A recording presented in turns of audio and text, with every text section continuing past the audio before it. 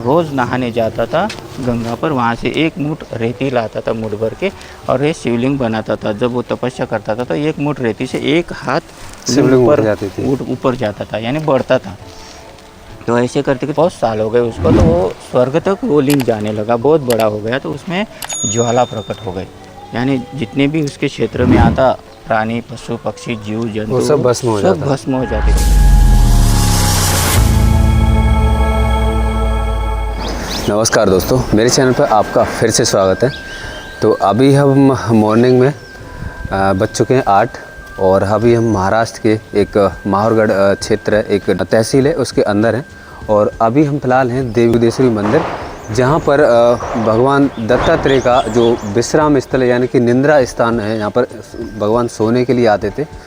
और यहाँ की कहानी की बात करें तो सतयुग और त्रेता युग के बीच की यहाँ पर ये कहानी है। तो चलते हैं अंदर की तरफ, वीडियो में रहना, बहुत ही इंटरेस्टिंग वीडियो होने वाली है। तो चलते हैं अंदर की तरफ और बाइक के साथ पूरा टूर करेंगे।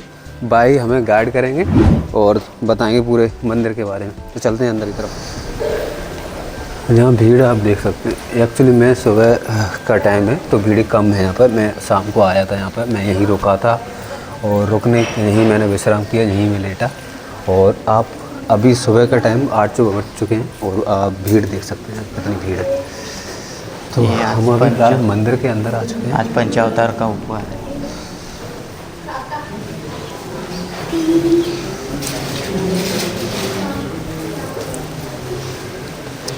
यहाँ भाई देखो, ये एक रंगोली बना श्री पंचावतार महोत्सव, बहुत सुंदर, बहुत ही अद्भुत। अभी हम अंदर आ चुके हैं। पहले आपको दर्शन कराते हैं, फिर यहाँ का जो इतिहास है वो हम आपको बताते हैं।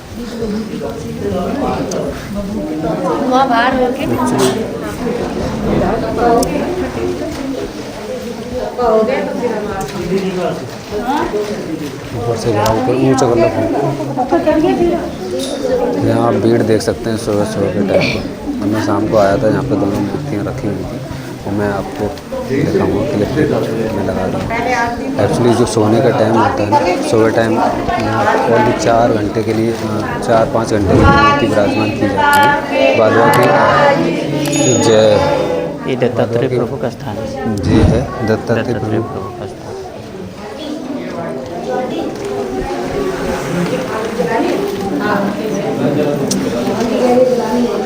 और इधर चक्रपाणी का स्थान। चक्रपाणी महाराज का स्थान है इधर।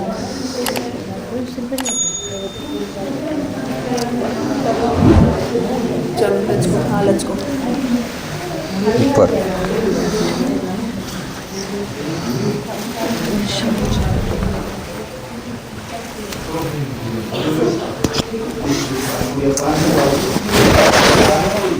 तो अब हम यहाँ से बाहर निकलते हैं। तो बाहर चल के आपको पूरी यहाँ का इतिहास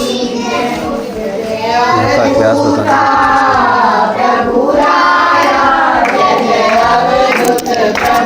यहाँ पर भजन देखो।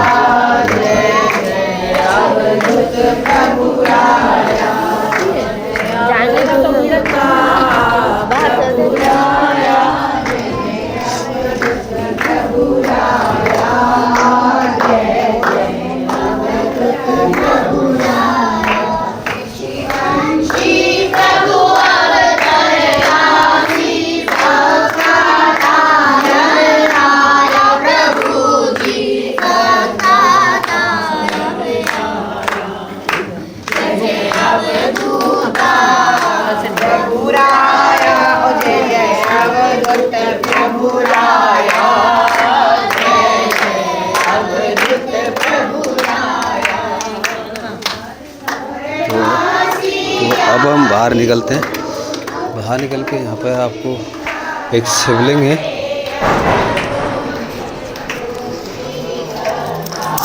जो इस शिवलिंग के कारण ही दत्त प्रभु यहाँ पे आए। तो शिवलिंग के बारे में भाई बताएंगे हमें, यहाँ पर ये शिवलिंग कैसे रखी, क्या हुआ इनका। तो चलो पहले दर्शन कर लेते, बाद में इसकी कथाएं जो है वो बाद में बाहर जाके एकांत में बताएंगे।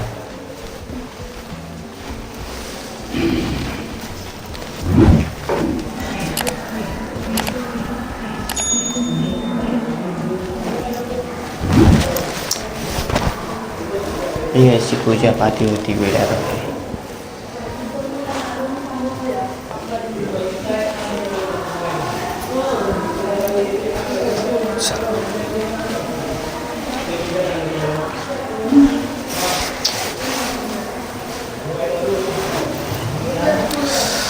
तो अभी हम मंदिर के बाहर निकल आए। अब वनदेव का स्थान पे जाते हैं।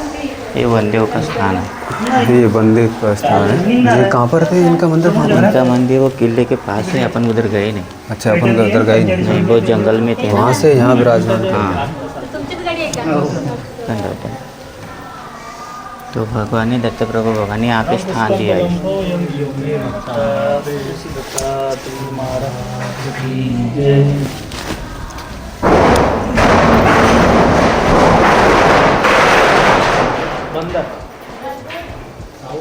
अच्छा, अब कृष्ण भगवान के मंदिर में जाएंगे। अभी यहाँ पर खाटू श्याम में देवल ऋषि का स्थान था ये। देवल ऋषि का स्थान है, जहाँ खाटू श्याम अभी विराजमान है। हाँ, तो देवल ऋषि यहाँ बैठते थे, आसन ग्रहण करते थे, यहाँ निद्रा स्थान करते थे और यहाँ तपस्या करते थे। इनका भी यहाँ से सुबह के टाइम मूर्ति नहीं है।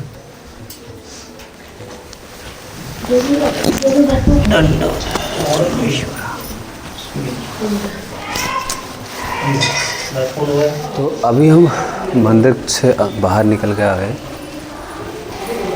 तो अब यहाँ की आपको कहानी बताते हैं। क्या कहानी? जो एक मैया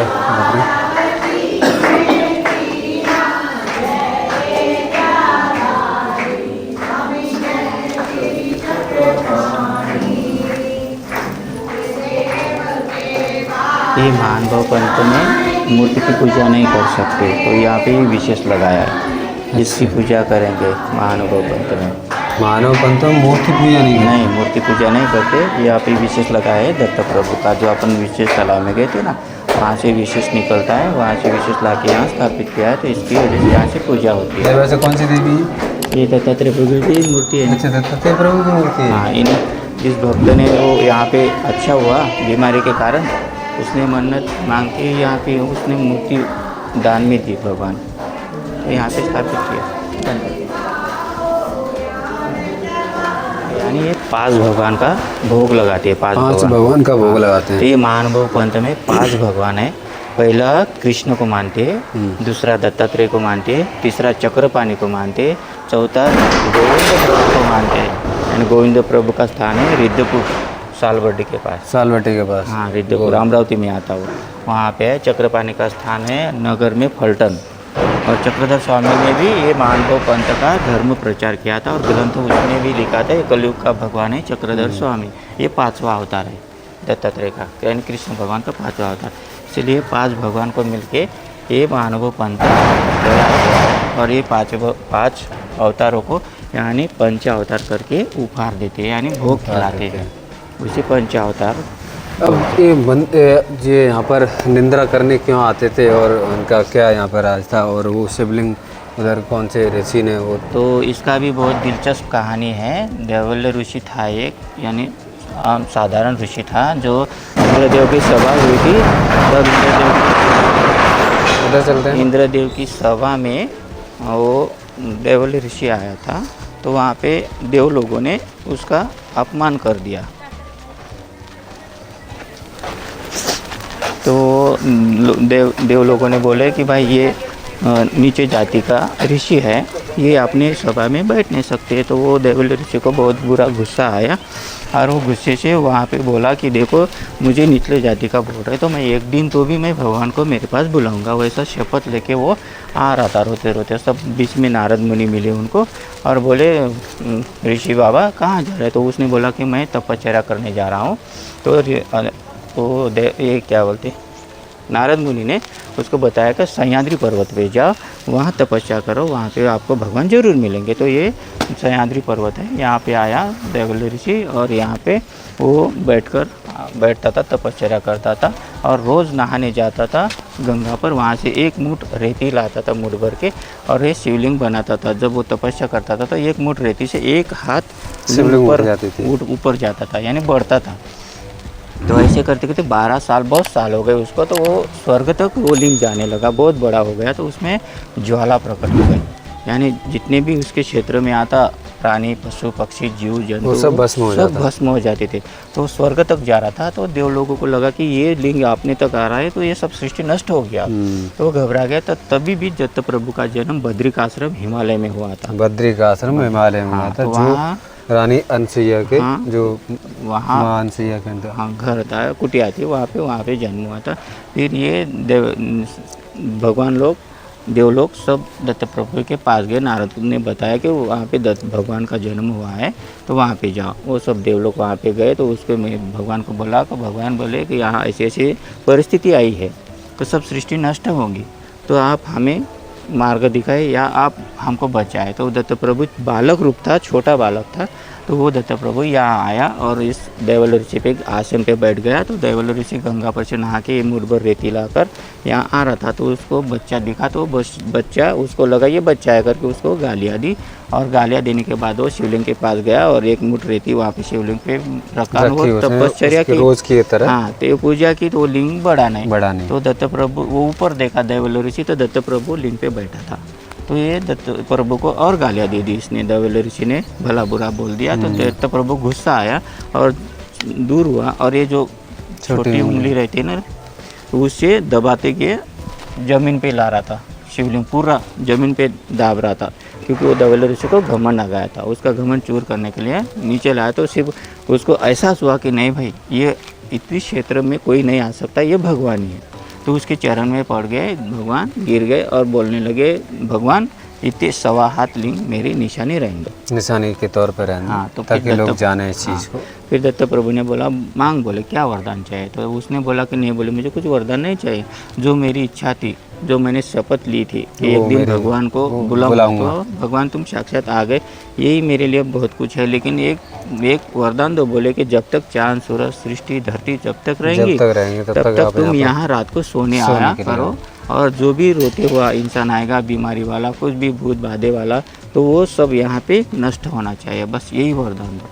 तब से दत्त प्रभु ने तथास्तु बोल के दत्त प्रभु हर शाम को यहाँ निद्रा करने आते हैं।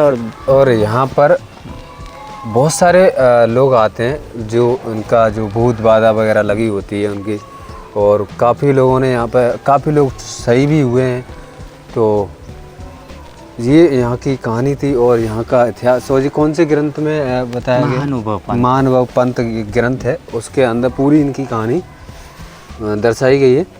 तो ये वीडियो फिलहाल हमारी यहीं तक थी। कैसी लगी वीडियो कमेंट में ज़रूर बताना, और चैनल पर है तो चैनल को सब्सक्राइब जरूर करना, और वीडियो को लाइक शेयर ज़रूर किया करो दोस्त। और तो तब तक के लिए जय हिंद, जय भारत। मिलते हैं किसी बेस्ट लोकेशन के साथ में।